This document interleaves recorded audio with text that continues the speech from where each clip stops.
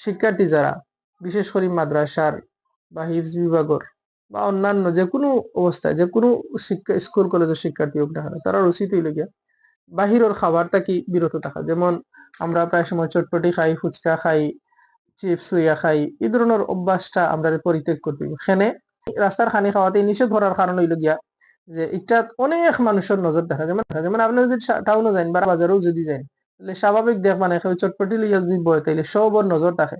যারা চাহিদা আছে টেকা নাই, এরা হইল অভাবী মানুষ।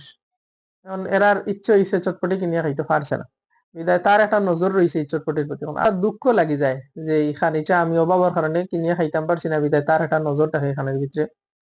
আর এর কারণে এই খানি থেকে বরকত উঠে যায়। আর বরকত যদি খানির ভিতরে না থাকে তাহলে খানি খাইয়া কোনো ফায়দা হয় না।